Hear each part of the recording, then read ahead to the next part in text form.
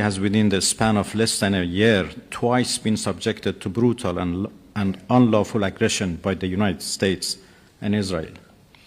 The attacks on my people have been justified with false claims that run counter to the informed assessments of the International Atomic Energy Agency and even America's own intelligence community.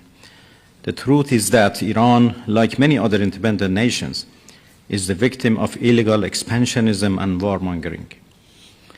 These are ugly things which have no place in today's world. Those who pursue reckless adventures may believe it furthers their geopolitical interests, but as consumers and governments around the world now sense and understand, regional instability is a lose-lose proposition for all sides, including the aggressors. In the face of horrific violence, the Iranian people have firmly and proudly stood up for themselves. Did we retreat from our ideal of independence? Did we surrender to the will and whims of imperial power?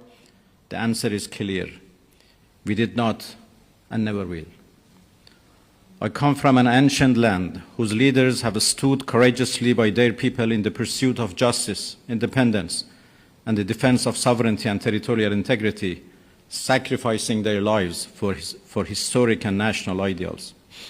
I speak for an Iran whose armed forces, medical personnel, school teachers, and law enforcement officers never once placed their own safety above saving the lives of those they are duty-bound to protect and served with honor on the front line of humanity. I speak for a people which, under horrific bombardment, chose to stand firm, for the mothers of Minab who did not bend under the grief of losing their children, for young people who refused to let the dust of war erase their bright futures, and for a nation that, despite all pressures, continue to believe in a free, stable, and just world.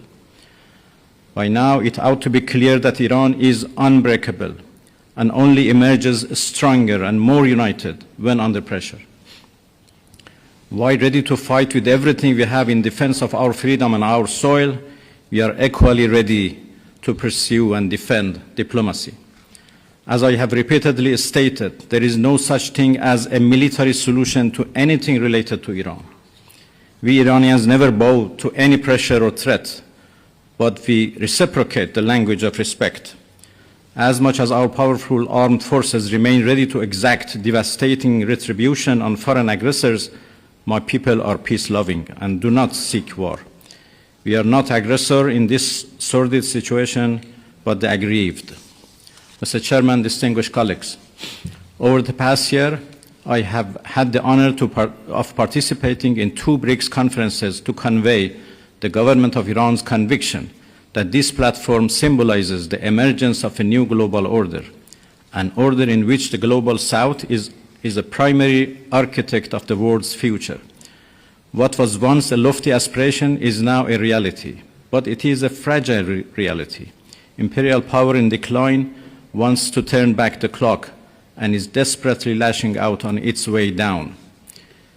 This all matters to the BRICS Plus group of countries because the battle Iran has fought is in defense of all of us, of the new world that we are building together.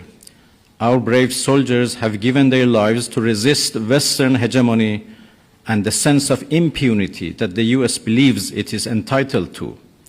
While Iran is grateful for the support and solidarity it has received from BRICS countries, it is imperative that we jointly step up our work towards ending this sense of entitlement, which has no place in today's world.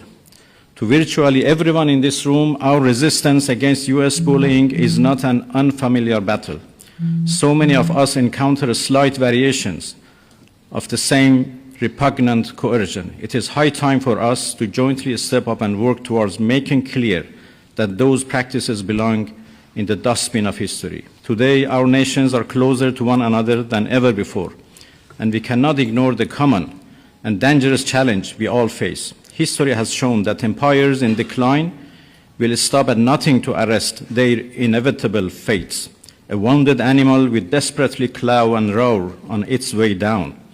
The putting away of all pretenses is apparent in the horrors that the West has shamelessly underwritten or outright pursued in the global south, whether in Asia or Africa or Latin America. What was once framed as unthinkable and decidedly shameful is now either overlooked or openly embarrassed in Western capitals, i.e. horrific genocide, shocking violations of the sovereignty of nations, and outright state piracy on the high seas. These crimes and the Western silence they are met with can only take place if there is a sense of impunity. That false sense of entitlement must be shattered by all of us. Iran, therefore, calls upon BRICS member states and all responsible members of the international community to explicitly condemn violations of international law by the United States and Israel, including their illegal aggression against Iran, a member of BRICS, prevent the politicization of international institutions, and take concrete action to halt warmongering and to bring an end to the impunity of those who violate the UN Charter.